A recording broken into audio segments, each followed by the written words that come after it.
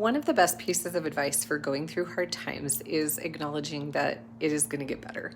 And most of the time, that is so true. That advice has pulled me through some really tough times. And in general, life is kind of cyclical and it does get better. So it's worth hanging on to.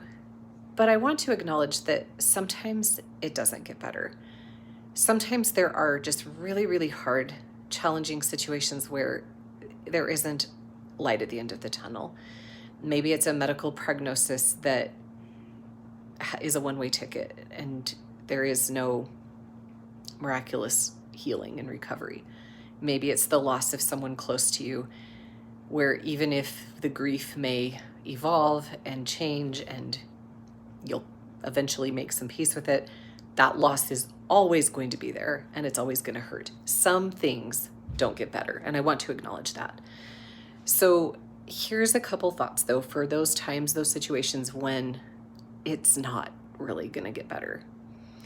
When I am just trying to breathe and get through the day, when I've had those really, really hard times, and some of them can be so overwhelming, right? Like when you're dealing with intense physical pain that never lets up, on top of emotional turmoil and uncertainty and anxiety around what the future may hold. These are real, and it takes a tremendous amount of your energy just to exist and just to survive. So here's 3 things that I have found so helpful to me when I'm in that mode and I'm trying to get through a situation that isn't going to get better. Number 1, every day, listen to a song that brings you joy. Doesn't have to be anything big. Might just be a beat that you like. It might be full of life's deep meanings and, sound like angels. It doesn't matter. One of mine is Bruno Mars, guys. It can be cheesy. Listen to something that makes you smile. Second, look at something beautiful.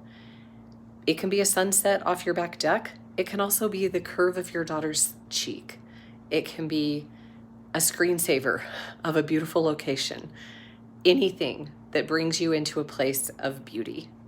And the third thing is connect with someone who cares about you. And again, this doesn't have to be anything big. If there's a nice cashier down at the gas station who always calls you hun and asks how your day is and seems like she really means it, that counts. Go down to the gas station and see the nice lady. It can mean texting an old college roommate that you haven't talked to in several years and just say, hey, I was thinking about you. How are you doing? It doesn't have to be anything big, but connect with someone who cares about you. Those 3 things have pulled me through some really bad days, and I hope they help you too.